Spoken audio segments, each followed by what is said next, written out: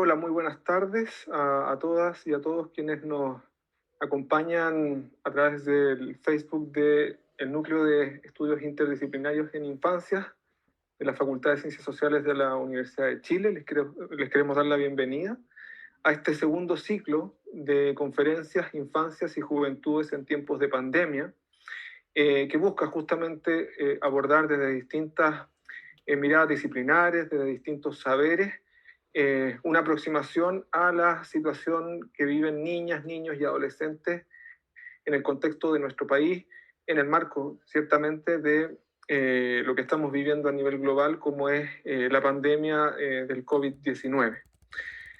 Para dar comienzo a este segundo ciclo, nos acompaña el día de hoy y yo estoy muy contento que haya tenido la generosidad de querer compartir su experiencia, su saber, su trayectoria como investigadora, a Iskra Pavés Soto, quien es doctora en Sociología por la Universidad Autónoma de Barcelona, es académica y escritora. Bienvenida, Iskra. Muchas gracias por acompañarnos. Hola Camilo, ¿cómo estás? Gracias por la invitación. Bien, entonces, antes de darle la palabra a Iskra para que nos pueda presentar su conferencia del día de hoy, que lleva por título El ser libre de las niñas hoy, las y los queremos invitar a que a través de Facebook Live puedan ir dejando sus comentarios. La idea es que tengamos un tiempo al final de la conferencia de Iskra, justamente para poder recoger sus preguntas, sus comentarios y a partir de eso tener un espacio de conversación, de diálogo en torno a sus preguntas. Entonces, sin más preámbulo, Iskra. Bien. Bueno, quiero enviar un saludo a todas las personas que ahora están viendo o después vayan a ver esta conferencia. Y bueno, yo traje un texto que preparé para no alargarme porque me gusta hablar y probablemente me voy a exceder en el tiempo, así que me ordené. Y bueno, va con mucho cariño y también con cierta perplejidad, yo creo, como todas las personas estamos, al menos acá en Chile, en la región metropolitana, ¿no? Con una situación bastante complicada. Así que lo primero eso, un abrazo de mucha fuerza, mucho ánimo y bueno, que ojalá las cosas mejoren y a ver si esta conversación que vamos a tener ahora puede, no sé si ser un aporte, no me atrevería a decir eso, creo que eso lo tienen que evaluar ustedes a medida que vamos conversando. Bien, allá voy entonces. El ser libre de las niñas hoy. Cuando Camilo me invitó a dictar esta conferencia, me sugirió el tema de infancia, migración y pandemia. Pero enseguida me pregunté, ¿qué de nuevo puedo decir yo frente a todo lo que ya se ha dicho? ¿Cómo podíamos hablar, conversar y analizar sobre esto que todavía estamos viviendo, ¿cierto? Y no sabemos muy bien cómo interpretar. Justamente qué epístemes, ¿no? O paradigmas vamos a utilizar para leer y leernos en esta encrucijada histórica en la que estamos. Si pudiéramos usar el lenguaje de las redes sociales, podríamos decir que, o yo les tengo que decir que tengo el pecho tomado viendo tanto dolor, miseria e injusticia en todas partes, especialmente en las personas más vulnerabilizadas, donde lamentablemente siguen estando las niñas, los niños, las mujeres y las personas migrantes. Pero al mismo tiempo se deja entrever la innovación, la cooperación y el cuidado mutuo. ¿Podía venir yo a hablarles a ustedes una vez más del dolor de las infancias, de las mujeres y de las migrantes, sin hablarles de mi propio dolor de niña pobre que acompañaba a su madre a pedir cajas de mercadería a la Municipalidad de Colina durante la dictadura, sin evocar esa sensación que te corroe por dentro, pero que es tan difícil de definir? Una mezcla de dignidad, vergüenza, humillación, violencia, discriminación, disciplina. Dicen que la necesidad tiene cara de hereje y el hambre es una guadaña blanca. Esa pobre niña de los años 80 se juró a sí misma que iba a estudiar y a trabajar para no tener que ir nunca más a mendigar una caja de mercadería. Así lo hizo, pero no fue suficiente. para las niñas nunca será suficiente, porque hoy en día vuelvo a ver a la Municipalidad de Colina entregando cajas de mercadería, como limosnas que caen de la jaula de hierro. Escuela y trabajo no son suficientes. Creo que ya se ha dicho y escrito harto sobre el dolor. Yo he hablado y he escrito mucho de mi dolor y del vuestro. Hasta se me podría criticar que hice del dolor mi oficio. Pero a mi lado siempre ha estado incólume ella, la libertad, parafraseando a Andrea Franuli. Manfred Liebel dirá que mostrar solo el dolor de la infancia sería un enfoque miserabilista, que también deberíamos hablar de sus formas de resistencia y participación desde abajo.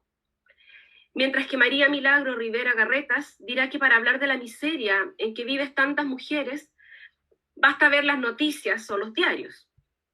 Pero afortunadamente esta conferencia no va a salir en cadena nacional, así que podemos hablar del placer de ser mujeres libres y qué significa eso para cada una de nosotras.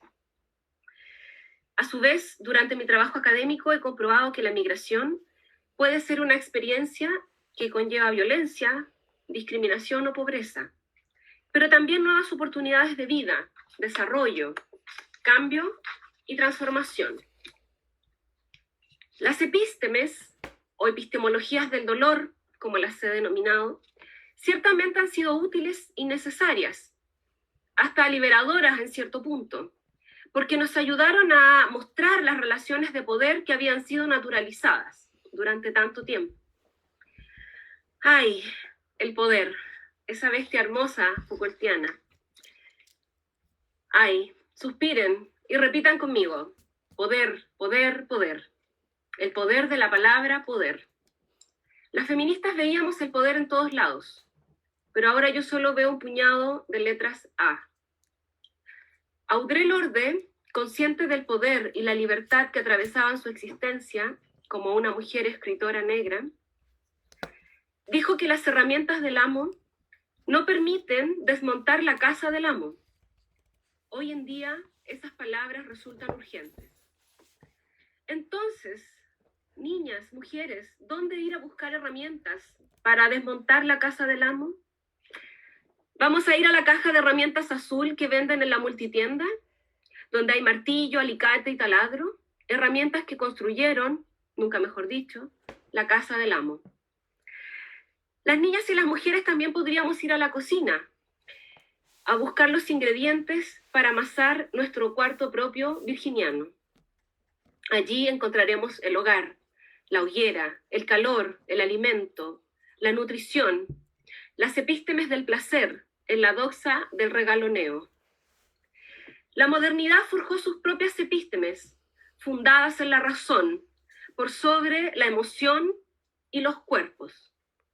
Ahora, aprovecho de decir que el tema del cuerpo no lo vamos a tratar acá, porque eso sería para una conferencia en sí misma, así que si quieren, después podemos conversar de eso.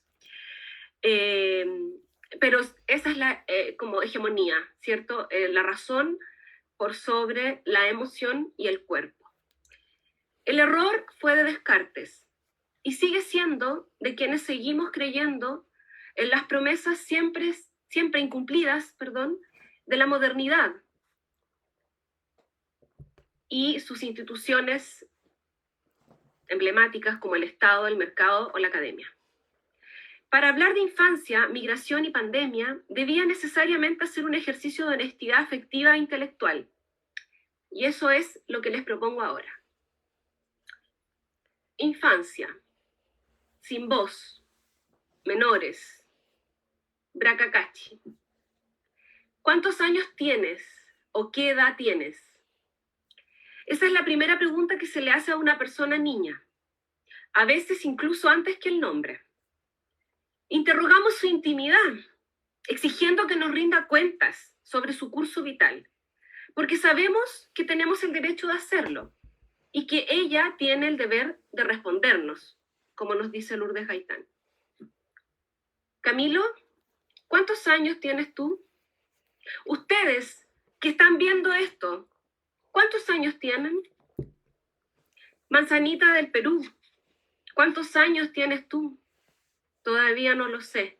pero pronto lo sabré. Jugábamos en la cuerda, las niñas de colina. Yo tengo 40 años de edad. Para algunas cosas soy vieja y para otras joven. Preguntar los años es como archivar a las personas en determinados estancos rígidos, clasificados por números, cifras, guarismos, que darán o negarán ciertas libertades, muy bien fundamentadas en teorías científicas ad hoc. Cuando una niña intuye todo esto, no lo sabe así con estas palabras rebuscadas, pero prontamente aprende que la edad es sinónimo de poder. Ay, el poder de la palabra poder. Por eso, frente a la pregunta retórica, te responden 11 años, 11 meses y 14 días, como si la edad fuera una condena durante la época de la infancia. ¿O acaso en estas sociedades modernas adultocéntricas la hemos configurado así? La segunda pregunta que nos parece normal hacérsela a una persona niña, como nos dice Lourdes Gaitán y como todas ustedes seguramente también se han dado cuenta, es ¿qué quieres ser cuando grande? Esta interrogación esconde las argucias del contrato social, que siempre es sexual, como nos recuerda Carol Pateman, en la cultura imperante. ¿Qué sucedería si una niña nos dijera que cuando grande quiere ser asesina a sueldo? ¡Oh! ¿Pero cómo? ¿Familia narcotraficante o qué?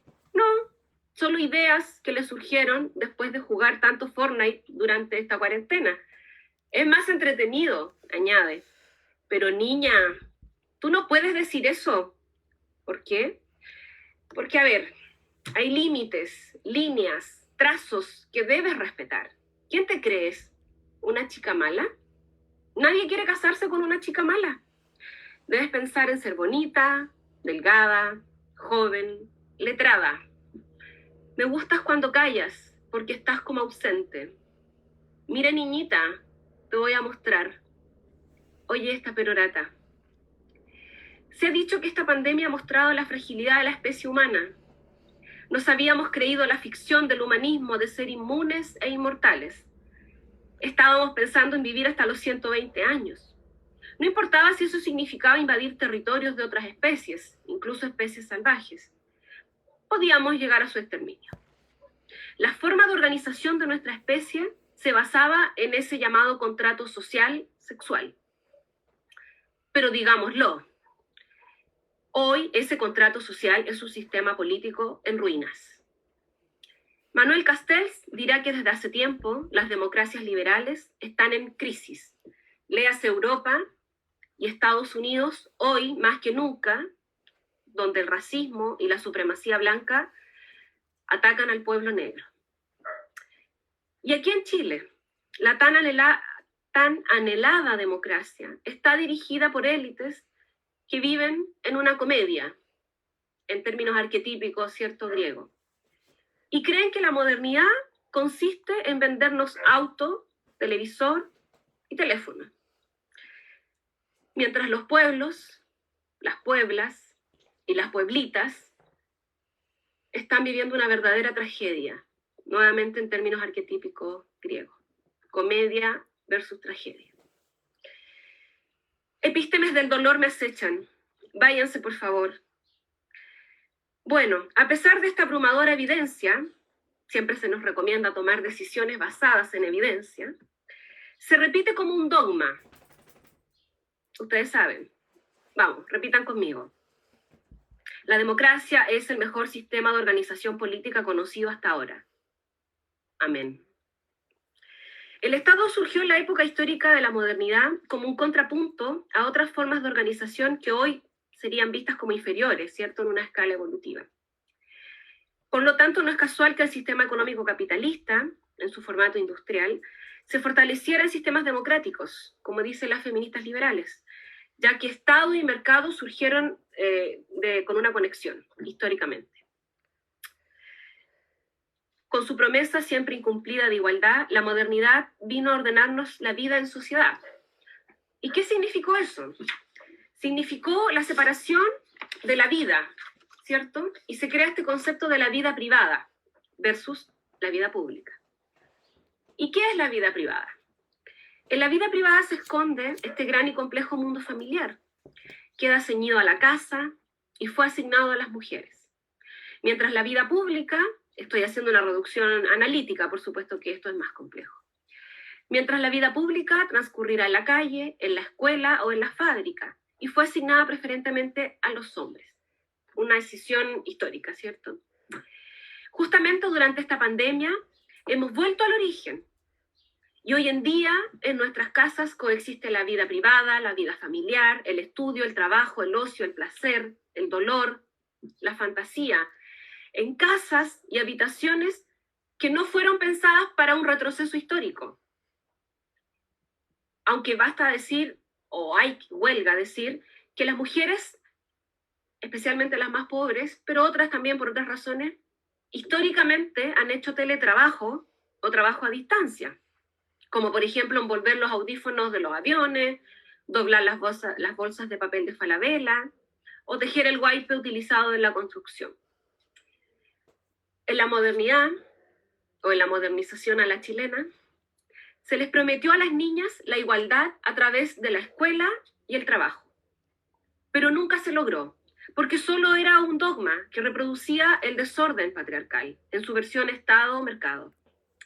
Otro nudo que enfrentan las crías jóvenes humanas en esta modernidad es la posición de inferioridad que ocupan socialmente, aunque se diga a nivel discursivo lo contrario. Es triste ver la cruel urgencia de su destino. La infancia siempre es hoy, nos decía Gabriela Mistral. Y hoy podemos preguntarnos cómo estamos cuidando a las niñas y los niños en esta modernización chilena. Hace unos años se decía que la desnutrición infantil había desaparecido. Luego nos preocupaba la obesidad infantil. Y hoy, nuevamente, las niñas de Colina tienen hambre.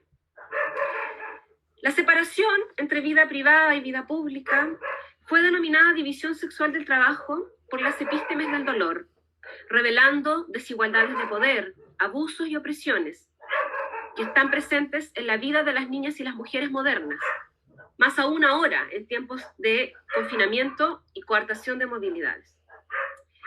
Pero la historia de las mujeres nos muestra que la vida privada y la vida familiar también han sido fuentes de libertad y goce, aunque menos estudiadas. Las epístemes del dolor dirán que lo importante entonces será definir cómo el hogar se transforma en un espacio de libertad. La pregunta por el cómo reitera esta obsesión por el método, pero también me atrevería a decir que es una trampa intelectual, porque nos remite necesariamente al contrato social sexual, que hoy estaría redefiniéndose. Más quiero decir que siempre, históricamente, ha habido niñas y mujeres que no han firmado ese contrato social sexual o algunas de sus cláusulas y han descreído esas promesas de la modernidad. Bueno, sabido es que las epístemes del dolor, en su vertiente marxista o postmarxista, han denunciado reiteradamente la injusticia y desigualdad del capitalismo. Hoy, en su fase financiera, ¿cierto?, expresado en la globalización, hasta ahora conocida, y la movilidad de los flujos.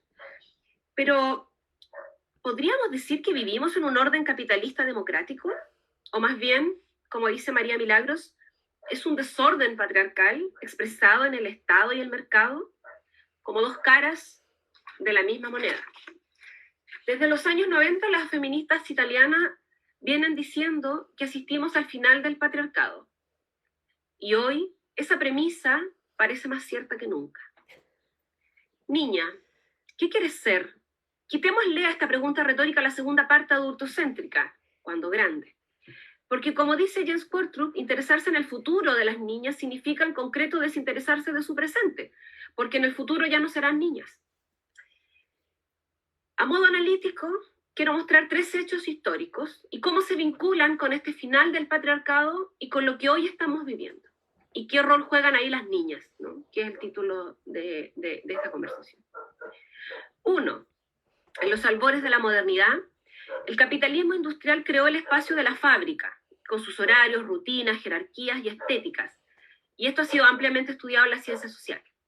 Lourdes Venería ha analizado en particular la inserción de las mujeres en las fábricas, ¿cierto?, en el mercado laboral actual. Y bueno, hay muchas epístemes del dolor para eso, y este sería el eje trabajo. 2. Por esa misma época surge la escuela moderna, que permitió el acceso de las clases bajas a la alfabetización. Antes la educación era un privilegio de la burguesía, ¿cierto? Y también se permitió el ingreso de las niñas a la escuela, que está todavía pensada para los niños. De hecho, en Chile, las niñas tienen que ir al colegio vestidas obligatoriamente con falda o vestido, un uniforme, contradiciendo las teorías científicas que avalan la necesidad del cuerpo infantil de moverse libremente. Estas teorías se usan cuando conviene.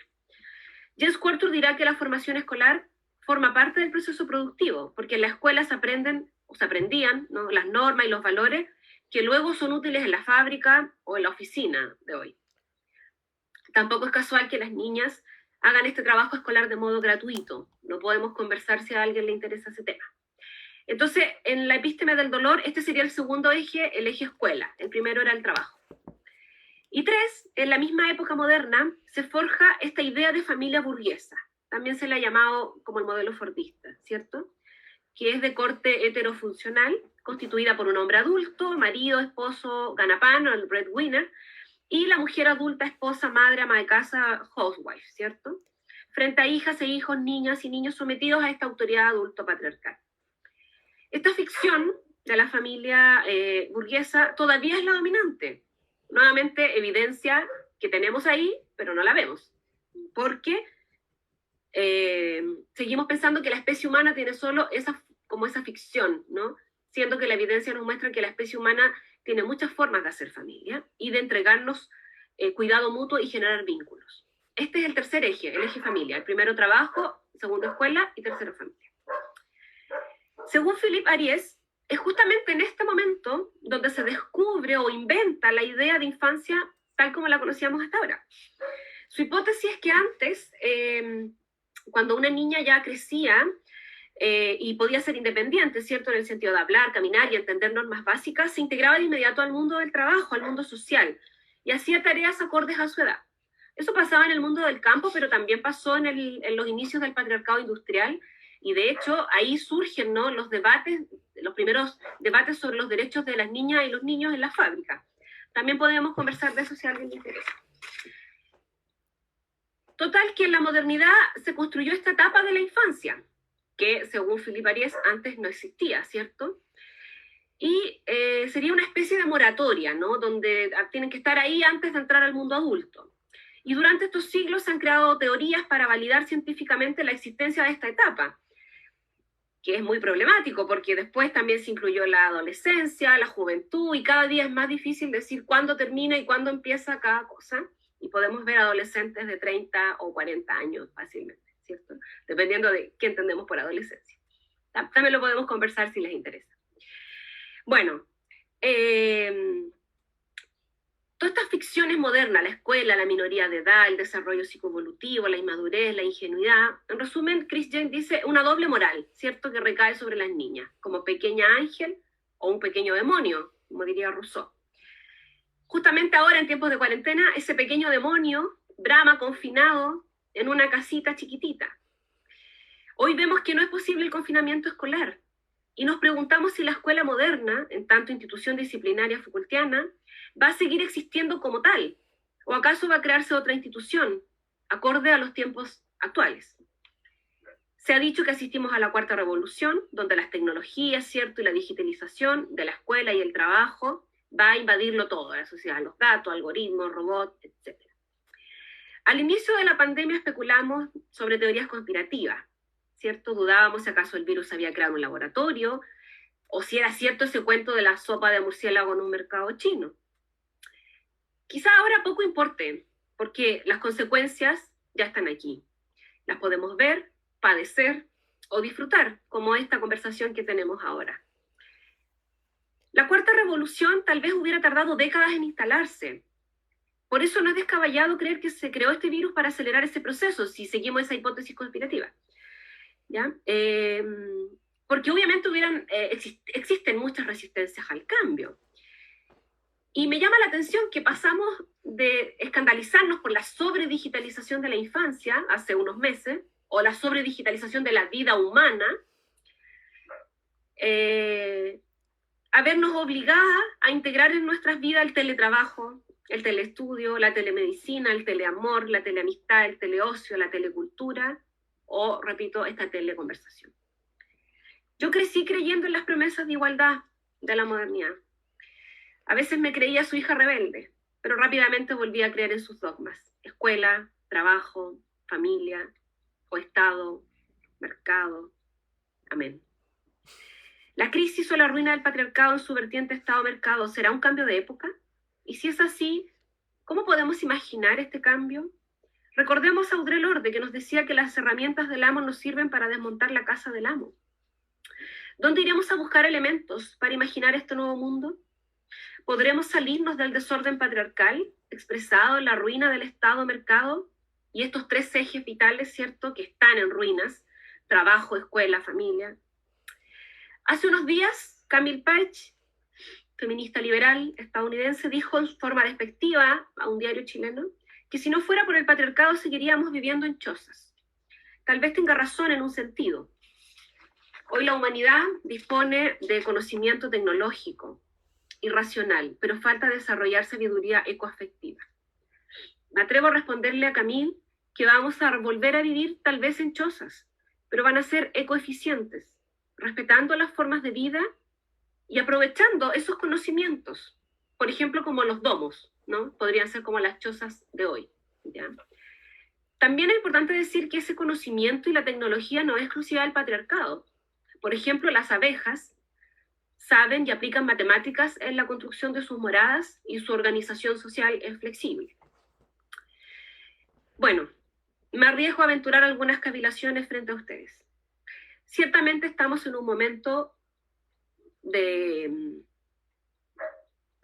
shock, un ajuste. Hay doctrina del shock, como diría Noemi Klein, por supuesto. Una sacudida, ¿no? Un reordenamiento de este desorden patriarcal. ¿Por qué? Porque había mucho dolor, violencia, discriminación, pobreza, hacinamiento, hambre, exilio, exterminio. Eso está ampliamente documentado y se ha dicho y se va a seguir diciendo. Entonces la pregunta urgente sigue vigente. Niña, ¿qué quieres ser?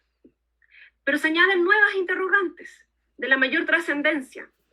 Por ejemplo, ¿qué quieres estudiar y cómo? ¿Qué tanto presencial y qué tanto digital? ¿Cómo quieres vestirte? Niña, ¿quieres mostrarnos tu cámara? Estas preguntas podrían ser, por ejemplo, frente a esa ruina del eje educación. O también, ¿en qué y dónde quieres trabajar? ¿Cuánto en la fábrica, oficina, o cuánto en tu casa, hogar? ¿Cierto? La ruina del eje trabajo. O también preguntarle, niña, ¿dónde y con quién quieres vivir? ¿Cómo imaginas tu cuarto propio virginiano? Esto en la ruina del eje familia. Niña, ¿cómo quieres habitar tu cuerpo, tu hogar, tu casa? Las epístemes del dolor se apuran a interrogarnos sobre el método, para que caigamos en la trampa del amo. Aviso al tiro que no voy a proponer ni un método.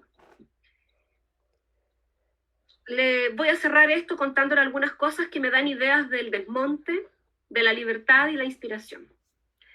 Hace unos días le ayudé a una vecina a hacer una guía de lenguaje. Ella va en cuarto básico y tiene 10 años. Y en esa guía había una pregunta que decía algo así como: ¿qué tipo de texto, entre afiche, cuento, receta y diccionario, elegirías para entretenerte?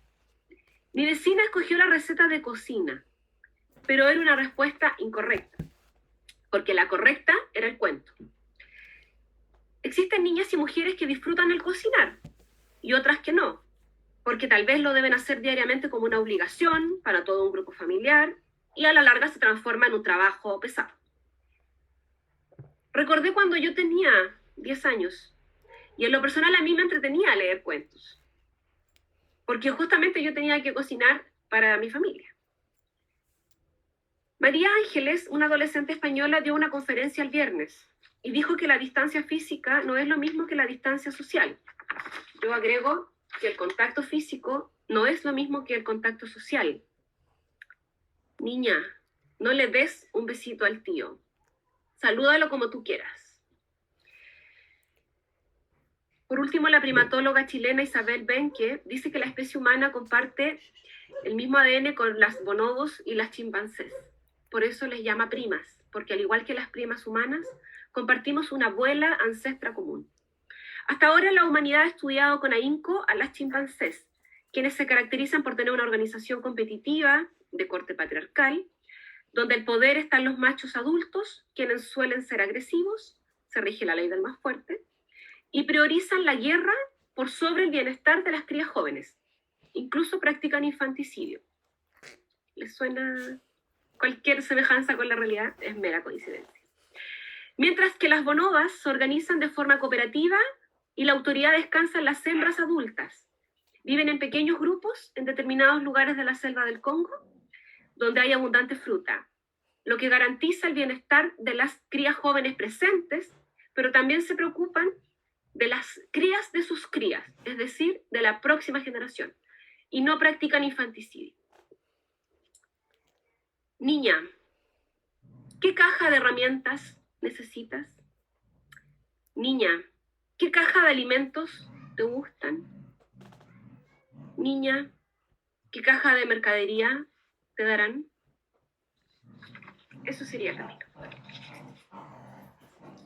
Muchas gracias, Iskra, por el texto que nos acabas de compartir. Yo creo que deja instalada un conjunto de reflexiones, de preguntas que yo pensaba, ¿no? Como por un lado, como de hacer este recorrido a propósito de las desigualdades históricas en torno a la infancia, al género, y cómo repensar o cómo no perder de vista las implicancias que eso tiene en un escenario en donde hemos, de alguna forma, tenido que abandonar, ¿no?, los espacios públicos y tú planteas ahí, yo creo que una pregunta, ¿no? Cómo repensar este nuevo espacio en donde coexiste la vida familiar, el trabajo, el deseo, los sueños, el amor, el odio, bueno, tantas cosas, digamos, que están sucediendo que yo creo que más bien el punto es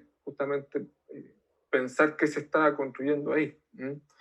Te voy a compartir, han aparecido ya algunas preguntas y nuevamente